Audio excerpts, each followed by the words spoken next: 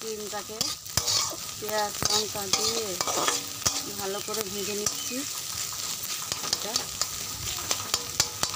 ডিমের অমলেট নয়, এটা হচ্ছে ভুজিয়া, ডিমের ভুজিয়া এটাকে বলে, ডিমের ভুজিয়া।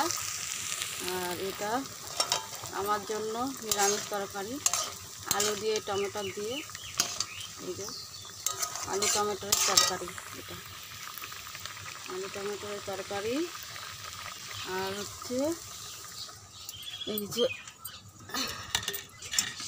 এটা করেছি ওদের জন্য, ডাল দিয়ে টমেটো দিয়ে।